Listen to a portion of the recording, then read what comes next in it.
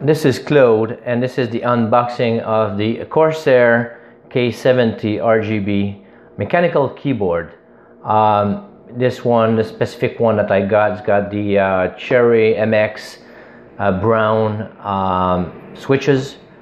You can have the red one, which are, I think, softer for gaming. They're softer and faster. For typing, they're not as accurate. There you also have some other colors, like I think the green, which requires more strength to push. It's better for typing. But the thing is that it requires more effort. So the brown is supposed to be right in the middle in the sweet zone, and it's a better area. So this is why personally I chose that for that specific keyboard, based on some of the reviews that I've seen myself.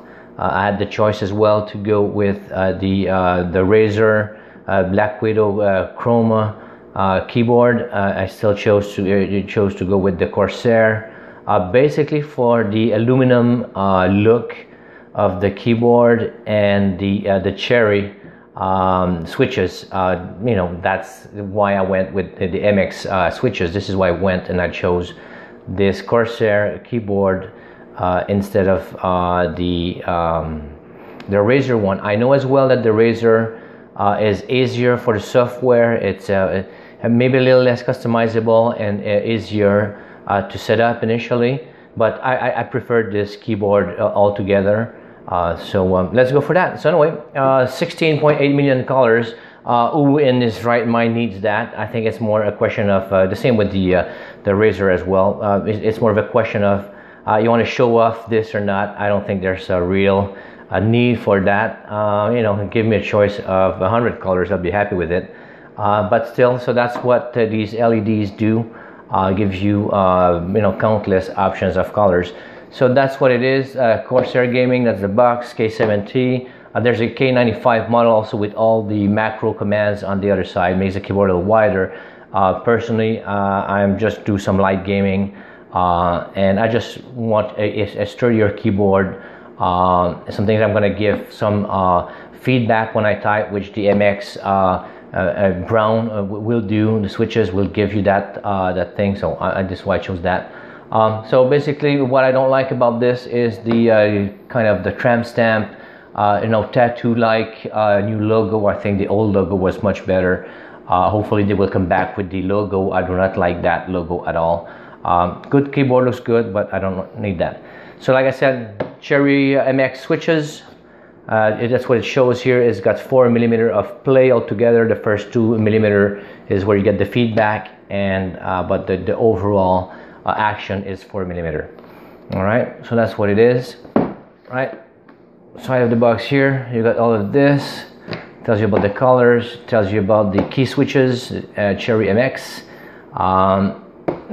You know, flexible first-person shooter and mobile color profiles.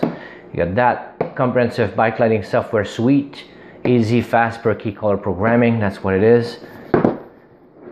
Bottom of the box here shows you a little bit of you know, all the different options that you have for that keyboard.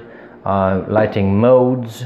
I know there's modes and profiles, and Linus from Linus Tech Tips has a great video on the on that, what it does, the difference between the profiles, the modes and the profiles. And the profile is a sub mode. So Linus Tech Tips got a very good YouTube video on that. So basically that's what it is on the box. Like I said, right here, that's what it is on that other side as well. That's what you get. English QWERTY keyboard. Opening the box here, see what happens with that here.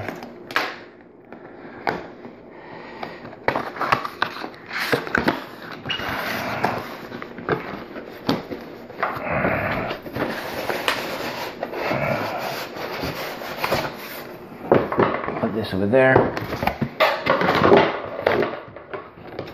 There you go.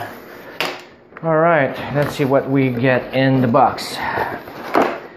All right, let's get that keyboard here. Very nice weight on the keyboard. Okay, that's the keyboard. All right, dual USB, and there are two styles on that one here. There's one with a little keyboard. I don't know if you can see there, but there's a little keyboard. So if you got this is where you connected the main to your motherboard, and at the motherboard you have to do it to your desktop or to your computer. If you got USB 3, this cable is sufficient. If you have USB 2, you need the second one with the arrows. It's just to add to the power. But if you got USB 3, you're supposed to be okay with that. And this is very nice fabric, braided cable. All right, let me yeah, just rip it. I'll just rip it here. Okay, sturdy keyboard. The sound it makes. Oh, I like it. I thought it was going to be quieter, and I don't want it too quiet. I want some feedback, and I really like it.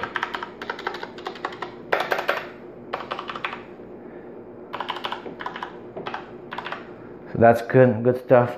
You've got the also the keys for the media, stop, backwards, and play, pause, and forward. You've got the volume here. You've got a mute button here.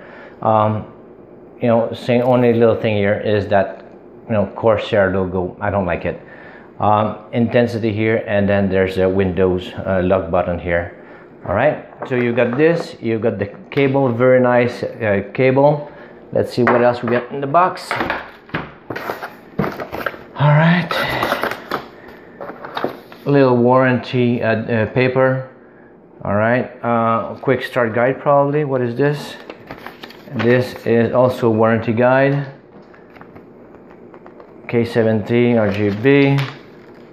All right, what it does here is it talks about the different BIOS modes and a quick start, setting your keyboard and all of that, how to do your, you know, the download, and it's got the BIOS mode. Let's see, that BIOS mode is also, so that's the keyboard on the side here. Nothing on that side. Nothing on that other side as well, and nothing in the front. In the back here you've got this little BIOS mode switch here, and it depends on the old keyboard, so you're able to access your BIOS, and with the F2 or whatever, the delete or F2 key that you need to use for some motherboard. So basically you're supposed to leave it at 1, but if you don't access your BIOS, you can try 2, 3, and there's up to, I think, 4. There's 1, 2, it says 6 and 8 if my glasses are correct, right? So that's what it is. All right, so all right, so there's no pass-through for USB, but I don't really care. All right, let's see. I know there's a wrist rest. There you go. There's nothing else in the box. Okay, we can discard that. All right, put this here. All right, and there's that wrist rest over here. Let's remove that.